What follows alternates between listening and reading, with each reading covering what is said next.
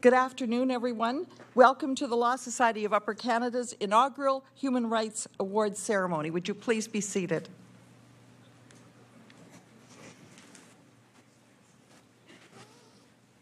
Okay.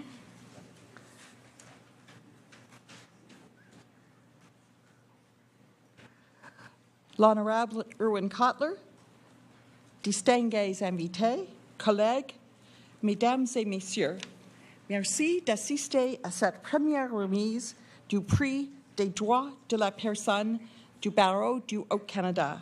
C'est un honneur de vous recevoir et d'avoir le privilège de parler d'un homme de plus admirable. My name is Janet Miner, and I'm the treasurer of the Law Society of Upper Canada. It is my privilege to present the Human Rights Award today on behalf of the benchers of the Law Society of Upper Canada and its more than 47,000 lawyers and 6,200 paralegals. We acknowledge that we are meeting on the traditional territories of the Mississaugas of New Credit, First Nation. Today, the Law Society of Upper Canada grants, for the first time, its newly created Human Rights Award. We're delighted to see so many of you here as we celebrate the work of a great Canadian and a great human rights advocate, the Honourable Irwin Cotler. We are privileged today as well to have in the audience members of the judiciary, representatives of the federal and provincial government, academia, and the legal profession, and the public, as well as special guests of our honoree, Irwin Cotler. I'd like to introduce some special guests and members of the profession. First, the Honourable Irwin Cotler, Paul Shabbos, Chair of the Law Society's Human Rights Monitoring Group, the Honourable Madeleine Meilleur, Attorney General for Ontario. We have with us also former treasurers of the Law Society, Thomas Conway, now President of the Federation of Law Societies, Vern Krishna. We have benchers of the Law Society present with us, Constance Backhouse, Jack Braithwaite, John Campion, Paul Copeland, Adriana Doyle, Ross Earnshaw, Susan Hare, Howard Goldblatt, Jeffrey Lem, Gary Gottlieb, Vern Krishna, who I've already mentioned, Virginia McLean, William McDowell, Susan McGrath, Barbara Murchie, Julian Porter, Judith Potter, Jan Richardson, Susan Richer, Heather Ross, Paul Shabbos, I've introduced also, Gerald Sheff, Jerry Sway, and Peter Wardle. We also have with us Robert Lapper, the Chief Executive Officer of the Law Society, and our guests, the Honourable Bob Rae, former Premier of Ontario and former leader of the Liberal Party of Canada, and Daniel Jutra, Dean of Law, McGill University. I'd like to call first on Paul Shabbos, Chair of the Law Society's Human Rights Monitoring Group, to say a few words about the award.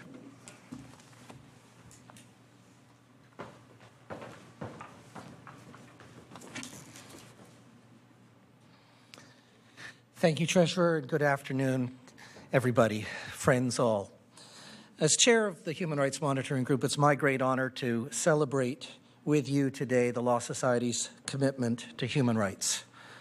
Treasurer Miner will introduce our honoree in a moment, but before she does, I would like to say a few words about the award itself and the work of the Law Society in the area of human rights. The Law Society of Upper Canada, as we know, regulates the legal profession in Ontario pursuant to the Law Society Act. But in fulfilling its functions, the Act tells us that one of the Law Society's duties is to maintain and advance the cause of justice and the rule of law.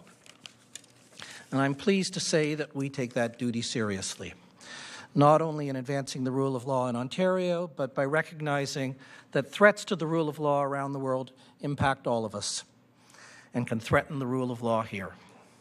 To that end, in 2006, Convocation of the Law Society adopted a motion, and I quote, to appoint a group of benchers to be responsible for monitoring human rights violations that target members of the legal profession and judiciary here and abroad as a result of the discharge of their legitimate professional duties. The group of benchers was named the Human Rights Monitoring Group and was first chaired by bencher Paul Copeland, who's with us today. I'd like to take this opportunity to recognize the work of Paul Copeland and his fellow bencher Heather Ross, who advocated for the creation of the monitoring group and who now, as ex officio benchers, continue to participate in its work, along with the other members, benchers Julian Faulkner, Avi Go, Judith Potter, and Beth Symes.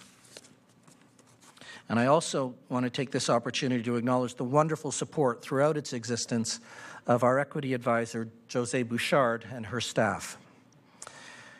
The group, as we call it, pursues its mandate by reviewing credible information brought to its attention, often from other like-minded organizations, including Human Rights Watch, Amnesty International, the Observatory, Commonwealth Lawyers, even the Law Society of England and Wales, and from major media publications. And based on that information and our assessment of it, we recommend that Convocation approve letters of intervention and public statements regarding lawyers and judges who have been targeted in the discharge of their legitimate professional duties.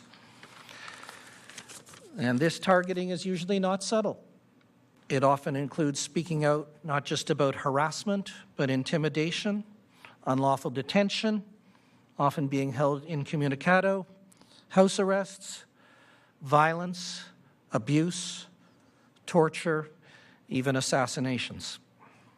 Our letters, which are usually to heads of state, political leaders, and leaders of the legal profession in the country affected, and the statements, once approved by Convocation, are sent by the Treasurer on our behalf.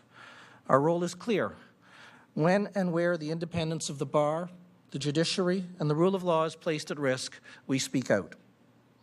Since its creation, the Human Rights Monitoring Group has recommended and Convocation has approved Law Society interventions in more than 60 matters in countries such as Algeria, Bahrain, Brazil, Belarus, China, Colombia, the Democratic Republic of the Congo, Equatorial Guinea, Egypt, Georgia, Honduras, India, Iran, Kenya, Malaysia, Myanmar or Burma, Nepal, Pakistan, Peru, the Philippines, Rwanda, Russia, Saudi Arabia, Spain, Sri Lanka, Sudan, Syria, Tunisia, Turkey, the United Arab Emirates, Venezuela, Vietnam, and Zimbabwe.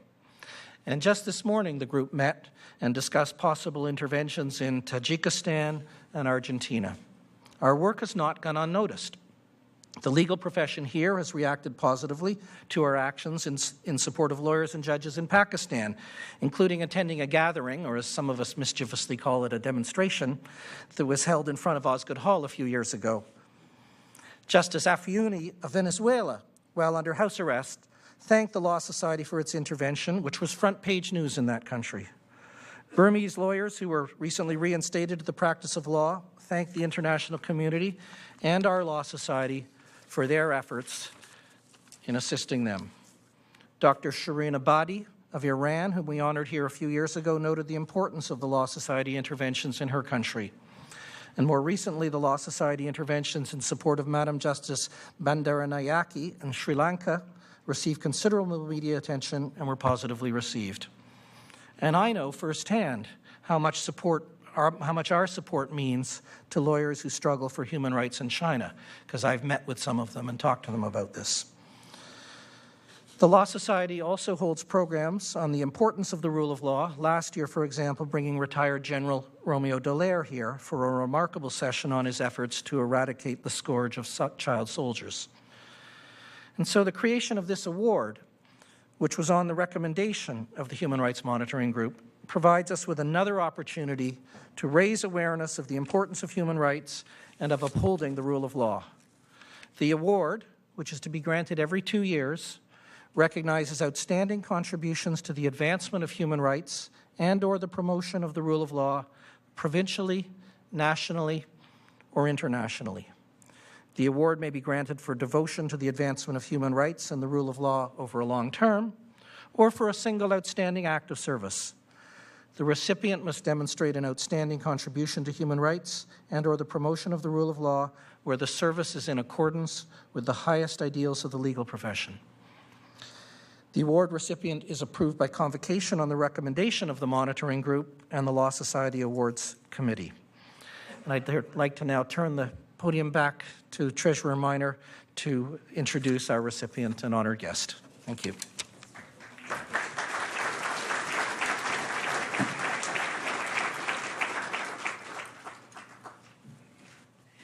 Thank you, Paul.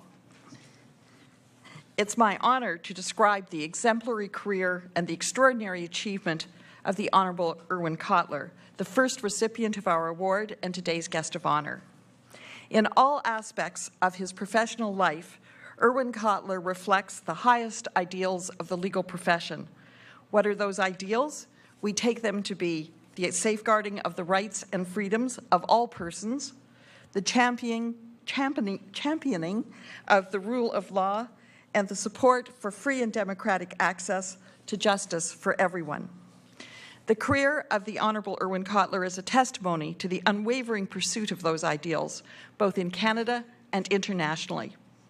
To fully understand the impact Professor Kotler has had and continues to have, we would need to consider his contributions as a law professor, a constitutional and comparative law scholar, and international human rights lawyer, counsel to prisoners of conscience, NGO head, public intellectual, peace activist, member of Parliament, and Minister of Justice and Attorney General of Canada. In each of these roles, Irwin Cotler has led by example and continues to lead by example in the front lines of the struggle for justice, peace, and human rights. He is a professor emeritus of law at McGill University, where he taught and inspired generations of law students from 1973 until his election to the House of Commons in 1999. Professor Kotler was the director of the Human Rights Program and the chair of the McGill-based International Human Rights Advocacy Center. He has been a visiting professor at Harvard Law School, a Woodrow Wilson Fellow at Yale Law School, and is the recipient of 10 honorary doctorates, including one from the Law Society of Upper Canada in 2004. Hillel Neuer is a former student of Professor Kotler's and now the executive director of UN Watch, a human rights NGO based in Geneva, Switzerland. Mr. Neuer says this: "Anything good that I have ever done at UN Watch, I learned from my teacher, Professor Irwin Cotler. His tireless advocacy for human rights dissidents worldwide, his passion for justice and acute sense of injustice, and perhaps more than anything, his infectious idealism, sincerity, and simple decency have inspired generations of Canadian students to help make the world a better place." As a constitutional and comparative law scholar, Irwin Cotler has litigated every section of the Canadian Charter of Rights and Freedoms, including landmark cases in the areas of freedom of speech, freedom of religion, women's rights, minority rights, war crimes justice, prisoners' rights, and peace law. He has testified as an expert witness on human rights before parliamentary committees in Canada, the United States, Russia, Sweden, Norway, and Israel, and has lectured at major international academic and professional gatherings in America, Europe, Asia, Africa, and the Middle East. In his role as an international human rights lawyer, he has been fearless in defending political prisoners against some of the most oppressive regimes the world has ever known.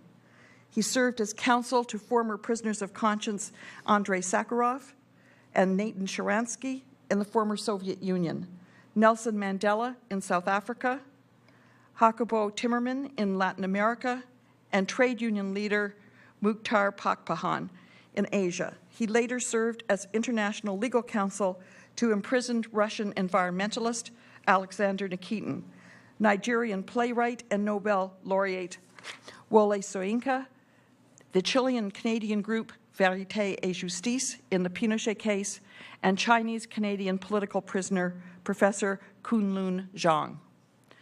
More recently, he served as counsel to Professor Saad Eddin Ibrahim, the leading advocate of democracy in the Arab world, and as international legal counsel to Shoaib Chowdhury, a Muslim Bangladesh journalist charged with sedition, treason, and blasphemy for advocating nothing other than interfaith dialogue and peace with Israel.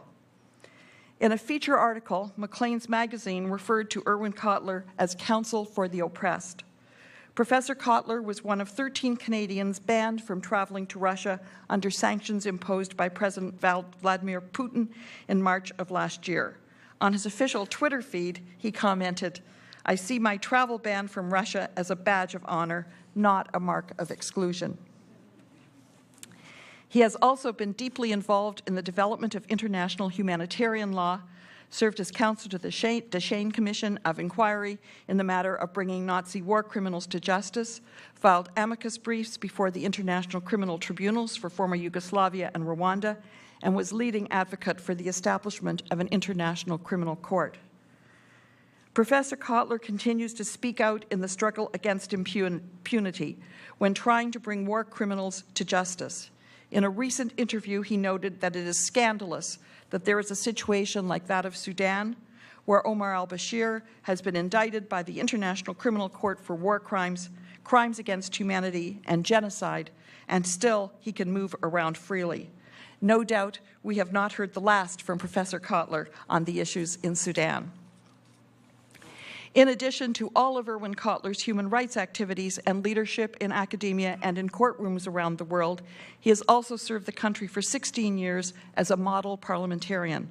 And much of his boundless energy and immense skill as a parliamentarian has also been focused on the protection and promotion of human rights. Let me quote briefly from a tribute to the Honourable Irwin Cotler, Member of Parliament, given by Senator Linda Frum, who, I might note, is not a member of his own political party. As a parliamentarian, he once answered the complicated question of why he entered political life with the simple answer, Rwanda. In 2004, he headed the Canadian delegation to the Stockholm International Forum on the Prevention of Genocide, and in 2008, he introduced a motion unanimously adopted by the Canadian Parliament establishing April 7 as the National Day of Reflection on the Prevention of Genocide. Professor Kotler is one of those special individuals in politics whose moral courage and principled leadership transcends partisanship. He is a role model for many on the Hill, myself included, although I do have to add he would have made a fantastic conservative. It's Linda Frum. Irwin Cotler was first elected a member of Parliament in a by-election in November 1999 with 92% of the votes. He has been re-elected in every general election since. On December 12, 2003, the Prime Minister appointed him Minister of Justice and Attorney General of Canada. He was reappointed following the general election of June 2004 and served until January 2006, when the government was defeated. He is currently serving as Liberal Special Counsel on Human Rights and International Justice, is a member of the House of Commons Foreign Affairs Subcommittee on International Human Rights, and chair of the all-party Save Darfur Parliamentary Coalition.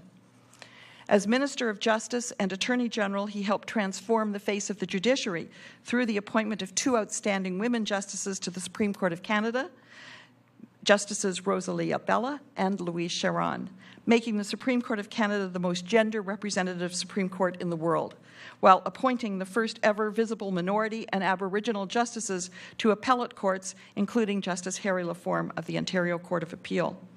He also initiated legislation for the protection of children and other vulnerable persons, the first ever legislation to criminalize trafficking in persons, made the pursuit of international justice a priority, including in particular the combating of mass atrocity and genocide, initiated the first ever prosecution under the Canadian Crimes Against Humanity and War Crimes Act for incitement to genocide in Rwanda, issued the first ever National Justice Initiative against racism and hate, and quashed more wrongful convictions in a single year than any prior minister. Each year, Canadian members of Parliament nominate one of their peers as the Parliamentarian of the Year. In 2014, the award went to the Honourable Irwin Cotler. Former Foreign Affairs Minister John Baird recently thanked him publicly for his counsel on international concerns, and 3 years ago, his proposals eventually convinced the government to amend its own legislation to make it easier for victims of terrorism to sue perpetrators. This will be the last session of Parliament for Irwin Cotler. He has announced that he will not run again. For those who think that Professor Kotler will go quietly into retirement, and I'm not sure who would, I am most pleased to say that I read recently his future plans are already well formed. He told Diplomat magazine he will continue to be involved in the issues of the Holocaust, genocide, human rights, and other universal issues in our time. Another issue, he assures us, which will still unfortunately be with us, is political prisoners. And he speaks of his involvement now with a political prisoner on nearly every continent, so as to highlight the global nature of the situation. He also wants to establish an international human rights center that would become the hub of a network of advocacy. His passion and his energy remain boundless. When the National Post described him as the preeminent voice in the fight against oppression and arbitrary measures of autocracies around the world, his response was to attribute his involvement in the struggle against oppression to his parents. He says that his father taught him as a young boy that the pursuit of justice is equal to all the other commandments combined. And his mother told him that if you want to pursue justice, you have to feel the injustice in your community and combat the injustice. I think it is clear to all of us, Professor Kotler, that if your parents wished you to become a leader and a role model for the courageous, outspoken, and principled advocacy for justice and human rights and freedoms, you have more than fulfilled their dreams and expectations. Au nom de tout le monde ici présent, je tiens à vous remercier pour tout ce que vous avez fait pour la paix et la dignité humaine. Everyone here today thanks you for your unparalleled contributions to peace and human rights. Would you like to come up, please?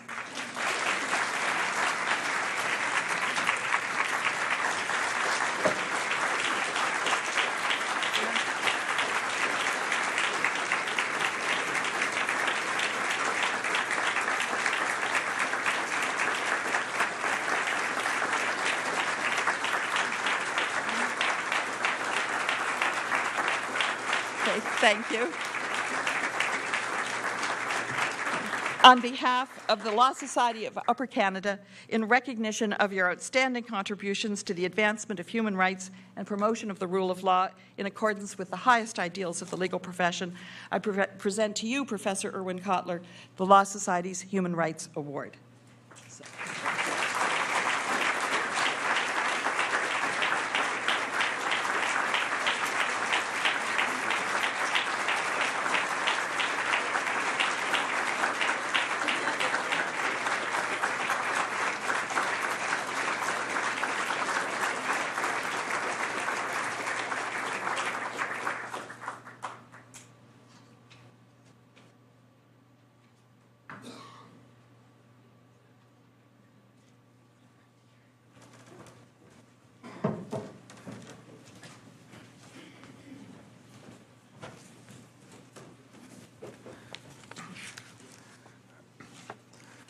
Merci pour cette. Charlotte is bienvenue, and I have to say that is the most amazing introduction I've ever heard, and I felt very often during it that you must be talking about somebody else. And I must say I'm deeply moved and humbled by this award. I take it to be in recognition of the cases and causes that I've had the privilege to be associated with over the years, in recognition of the political prisoners that I've had the honor to represent and who have inspired us all, my colleagues in academe, in the bench and bar, in Parliament, and the government with whom I've been able to work together in common cause, my teachers, law professors over the years who educated me, and my students who became my teachers. My interns who counseled me, and the heads of my parliamentary offices, one of whom is here today, Howard Liebman, who's been with me for 11 years now, and another, Charles Feldman, who's unable to be here today in graduate school now at McGill with me for 7 years. But they've been really the bulwark of my parliamentary work.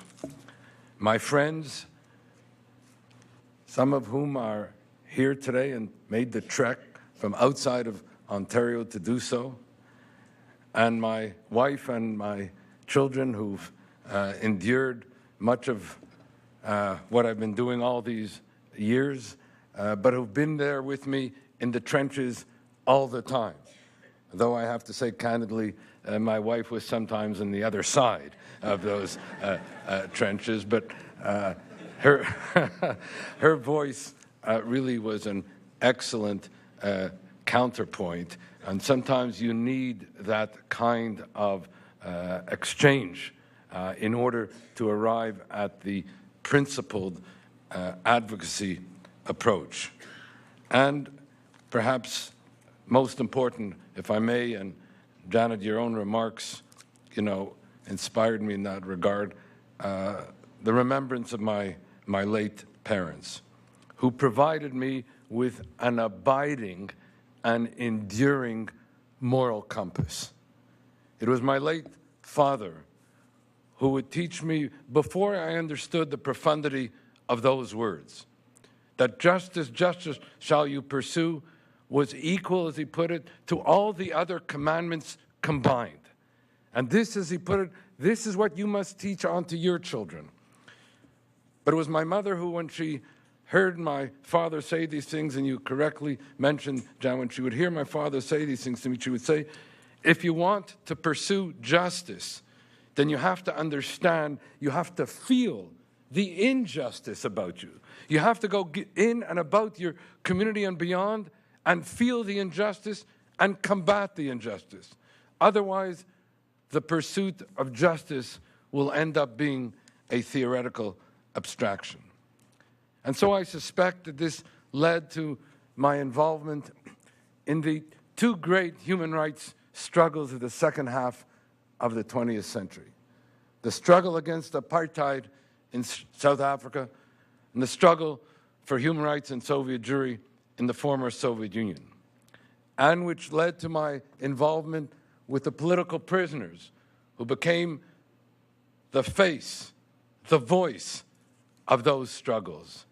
Anatoly Sharansky in the former Soviet Union and Nelson Mandela in South Africa.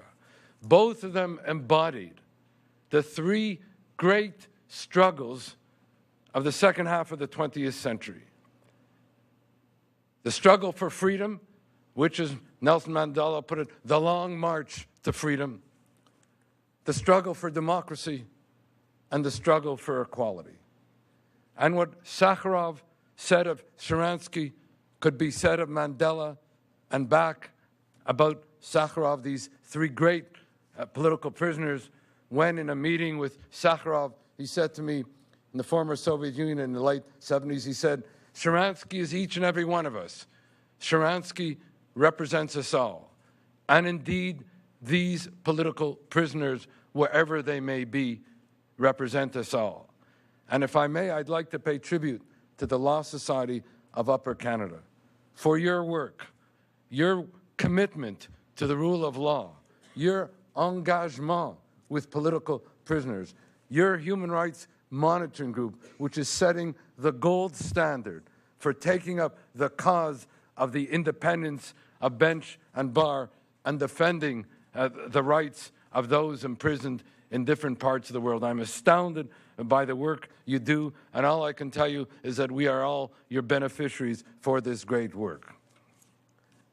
And may I share with you at this point some of the foundational principles, some of the universal lessons which were imparted to me by all those to whom I paid tribute to above, and which began, as I said, with the teachings of my parents.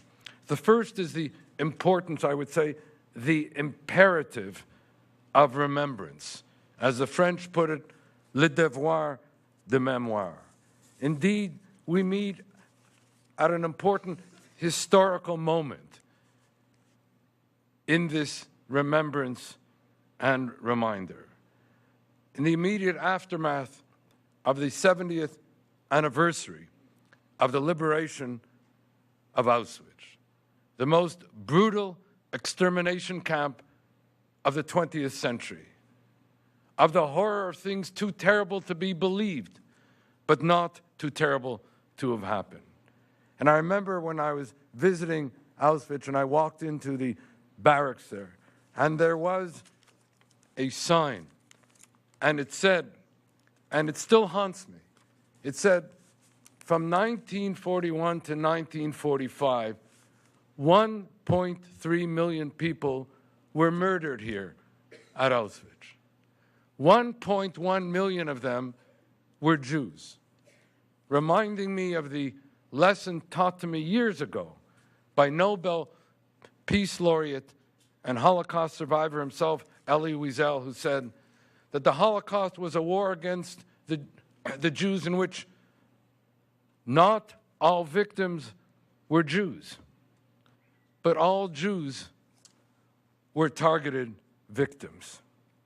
And we meet also, and insufficient attention has been paid to this, in the aftermath of the 70th anniversary of the disappearance of Raoul Wallenberg, disappeared in the Gulag in January of 1945, January 17th, 1945. We have an annual Raoul Wallenberg commemorative day in Canada that has been established in recognition of his heroism, and he is, of course, Canada's first honorary citizen. This disappeared hero of humanity, who showed how one person, with the compassion to care and the courage to act, can confront evil, can resist, and thereby transform history. As the great Czech novelist Milan Kundera put it, I was reminded of this. My wife and I recently attended the 70th anniversary commemorative anniversaries of the death camps, and we were in Theresienstadt. And Kundera's words came back to me, and I quote them, that the struggle of freedom against tyranny is the struggle of memory against forgetting. A lesson taught to me by the first group that I had the privilege to ever represent shortly after law school, the Association of Survivors of Nazi Oppression. Indeed, they spoke to me of the compelling importance of Holocaust remembrance, of education, of legislation, as an antidote to evil. And so the first foundational principle, the first universal lesson, that we are each, wherever we are, the guarantors of each other's destiny. Which leads me to the second lesson, the importance, the imperative of freedom of expression. A freedom of expression is the lifeblood of our democracy. Indeed, the persecution and prosecution of all the political prisoners I represented began with the criminalization of their speech. This is one half of the story. There is another part, and that is the danger of state-sanctioned incitement to hate and to genocide. The enduring lesson of the Holocaust and the genocides that followed in Rwanda and Darfur was that these genocides occurred not simply because of the machinery of death, but because of state-sanctioned incitement to hate. It was this teaching of contempt, this demonizing of the other. This is where it all begins. As the Supreme Court of Canada put it in one of its cases, the Holocaust did not begin in the gas chambers. It began with words, said the court. These are the chilling facts of history. These are the catastrophic effects of racism. And it is this conjunctive nature of freedom of expression on the one hand, and the dangers of state-sanctioned incitement to hate on the other, that was brought home to me by the converging lessons of those who taught me and those like my parents who brought me up. When I say those who taught me, I had the particular privilege when I went through McGill Law School of experiencing two law deans. One was F.R. Scott, Professor Frank Scott, the great constitutionalist and the great apostle of freedom of expression, who would quote to us from the Switzman and Ebling case that spoke of freedom of expression and said, "Liberty in these things is little less vital to man's existence than breathing is to his existence." And then the other dean, Professor Maxwell Cohn, who chaired then the Commission on Hate Propaganda, who warned against the dangers of incitement to hate. And at the same time, it was paralleled by the teachings of my parents. My father, who was an apostle of free speech, who read to me when I was young from the great works, whether it be of Justice Brandeis on the one hand or Justice Rand on the other, who authored the Switzman and Ebling case. And my mother, whose counterpoint always was reaching back into the Jewish tradition to say that life and death is on the tip of the tongue, and to warn against the dangers of assaultive speech. And then I went off to Yale Law School, the embodiment, if you will, of the First Amendment doctrine, to be taught by one of the great First Amendment theorists there, Professor Abraham Goldstein, who then went on to become the dean of Yale Law School, who then said to me a lesson that I took to heart and to learning when he said to me that the First Amendment is not the absolute protection of speech, much as so many try to say it is. And he said that even under the First Amendment, there is no protection for fighting words, no protection for child pornography, no protection for perjury, no protection for treason. He went on, and so here in our Canadian legal culture, no protection for the worst excesses of hate speech. And this was something that the Association of Survivors of Nazi Oppression reminded me, and all of which came together in my first employ when I was a special assistant to the great Minister of Justice who's sitting here this evening, John Turner. And I want to pay tribute to you, John.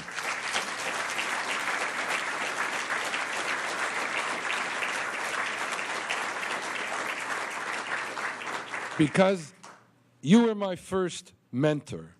You set the gold standard in what being a Minister of Justice is all about. It was under your leadership that in 1970, the anti-hate legislation was crafted, and on and on. And so for me, you were then and have always remained a role model for what the pursuit of justice is all about, and I'm delighted to be able to have this opportunity to express my appreciation to you in public for that mentoring all these years.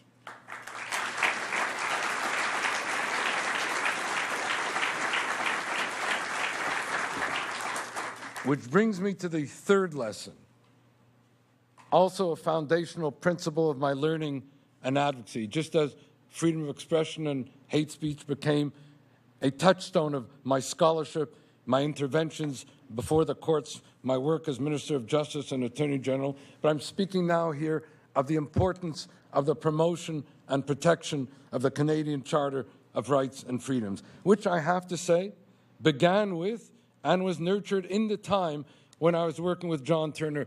We started then, the same time that Pierre-Éliott Trudeau became Prime Minister, to work on what eventually became the Trudeau draft of the Canadian Charter of Rights and Freedoms.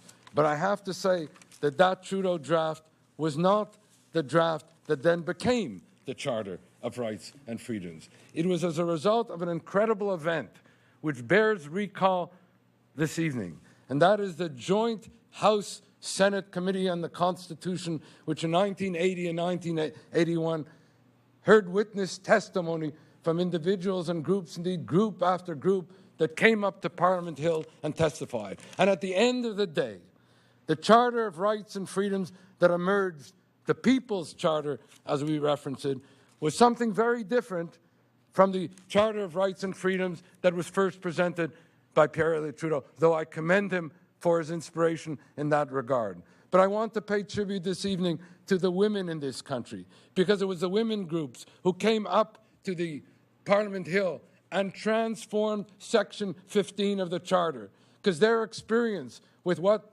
equality rights was before the Charter suggested to them that a principle, as in the draft Charter, of equality before the law was not enough. And so they changed it in that testimony to equality before the law and equality under the law, and equal protection of the laws and equal treatment of the laws, and the prohibition of discrimination on a whole set of grounds. And even then, the women said, you know, in order to make sure that this is going to really work, they had introduced a Section 28 of the Charter of Rights and Freedoms, which said, notwithstanding anything in this act, men and women are equal in all respects. And it was that incredible historic contribution that I recall this evening, just as well as others. We have one international law provision in that Charter, Section 11(1)G in the Charter, which says that retroactivity shall not avail as a defense against prosecution when the crimes are criminal according to international law and according to the general principles of the law of nations. It was that principle, included by representations on Parliament Hill, that allowed for the bringing of war criminals to justice, and I can go on. At the end of the day, we had the Charter of Rights and Freedoms that we now have, and we need to appreciate this, that we went from the sovereignty of Parliament to the sovereignty of the Constitution. We went from being a parliamentary democracy to being a constitutional democracy. We went from judges being the arbiters of legal federalism, which they still are, to judges being the guarantors of human rights, not because they sought or usurped that power, but because we, Parliament, gave them that power, because we invested them with that power in the Canadian Charter of Rights and Freedoms. And individuals and groups in this country who are the passive objects, if you will, of rights and freedoms within the framework of legal federalism, as the late Chief Justice Boralaskin put it in summing up the first 115 years of our constitutionalism, when he put it, the whole question was, which of the two levels of government, federal or provincial, had the power to work the injustice, not whether the injustice itself can be prohibited. The Charter of Rights and Freedoms said these injustices can be prohibited. The rights and remedies were constitutionalized, and individuals and groups in this country then made those rights and freedoms possible, such that after 10 years, the former Chief Justice of the Supreme Court of Canada, Antonio Lamer, whom I remember this evening as a close colleague and friend, said at the 10th anniversary of the Charter, he said that the Charter has wrought a legal revolution in this country comparable to the discoveries of Pasteur in science. Now, even if you say that that was somewhat of an enthusiastic burst of rhetoric, nonetheless, it did connote the legal revolution that, in fact, did take place, brought about by the Charter. And we have a responsibility to ensure that we promote and protect the Charter of Rights and Freedoms at all times. Which brings me to the fourth principle and a corollary to this one. And that is the test of a just society is how does it treat the most vulnerable of its citizens? How does it treat its poor, its disabled, its sick, its refugees, its violated women, its battered children, its Aboriginal people? And I have to say, and I just want to single out two things here on this. The most important human rights lesson that I was ever taught was taught to me by my daughter, Gila, who unfortunately, as a wonderful mother of a premature born baby, is unable to be with us this evening, but who said to me when she was 15 years of age, something I never forgot. She said, "Daddy, if you want to know what the real test of human rights is, then always ask yourself, at any time, in any situation, in any part of the world, is it good for children? Is what is happening good for children?" And that is why, as you mentioned, that's the secret behind the fact that the first law that I had the privilege to initiate was the protection of children and other vulnerable persons, which was known by some of us in the government as Gila's Law, for having inspired that piece of legislation. And the second thing, and I want to pay tribute to a person who could not be here this evening who wanted to be here, was the Prime Minister of the government under which I served, Paul Martin. Because in the first cabinet meeting that we had, he said something that I'll never forget. He said that the protection of Aboriginal rights is our legacy issue. That at the end of the day, we will be judged by what we did and what we did not do about Aboriginal rights. And at the end of the day, when we think about what the test of a just society is all about, we have to remember and act upon that lesson that Paul Martin sought to impart to us in our first cabinet meeting. Which brings me to the fifth lesson and moving to a close, and that's the importance and the imperative of bringing war criminals to justice.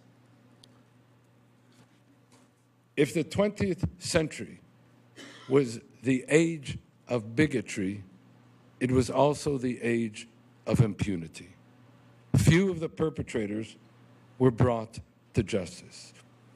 And John had mentioned the case of President al-Bashir of Sudan, indicted for war crimes, crimes against humanity, and genocide, and not only has been able to go free, but recently the chief prosecutor of the International Criminal Court said she was dropping the case because of the absence of law enforcement of that indictment of over 10 years ago. And as someone who was involved initially with regard to the establishment of an International Criminal Court, I still believe and hold to the hope that we had then that this was one of the most important developments since Nuremberg, and that we will give the court the resources and that the international community will act so as to bring these war criminals to justice. And now I come to the final principle, the final foundational lesson, the moral compass, and that is the protection of political prisoners.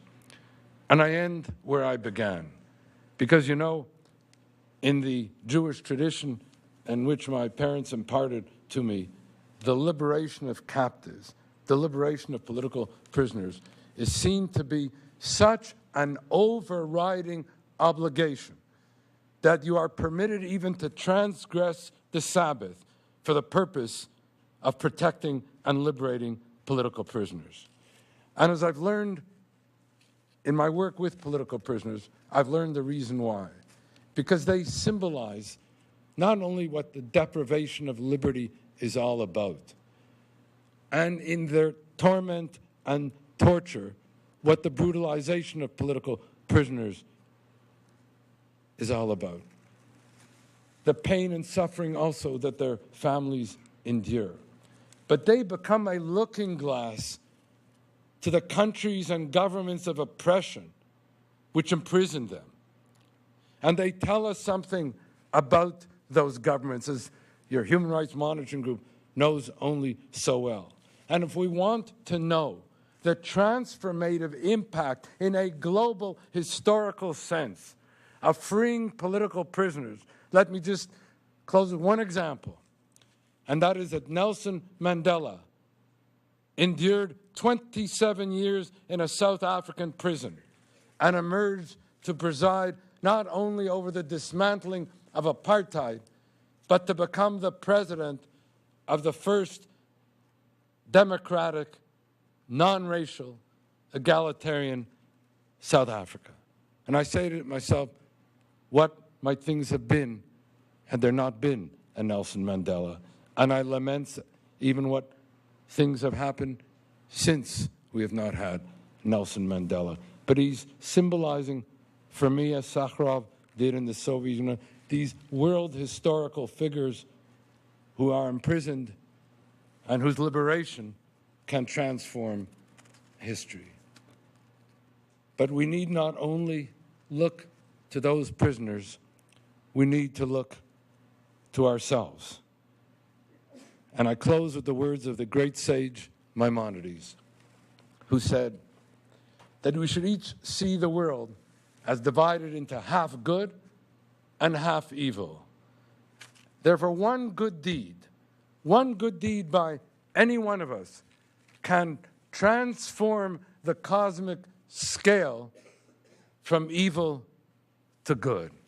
And so I say, we need not just dream of a just and humane and compassionate society.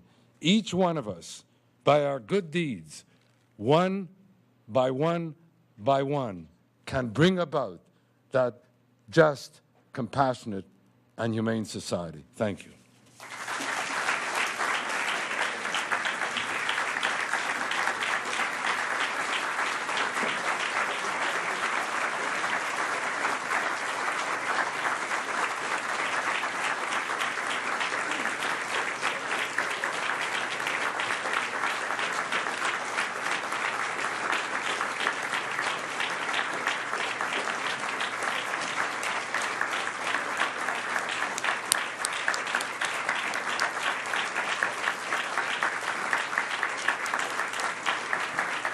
Okay. Thank you very much. Congratulations again, Professor Kotler. An inspirational speech. I'm sure it will have resonance for a long time. I introduced our procession as we came in. I did not introduce all our eminent guests here, but I feel I must acknowledge the Right Honourable John Turner. Thank you so much for coming, and thank you for appointing Mr. Kotler to his initial parliamentary position.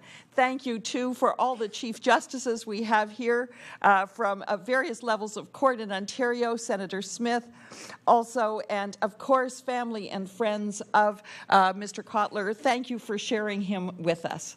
So could I invite everyone else to come upstairs to the upper and lower barristers' lounge for our reception. There will be staff out in the hall directing you if you are not certain where to go. And I'm going to just ask Professor Kotler to just hold back for a moment. We're going to have a few photos, but we'll be up very quickly. So thank you very much.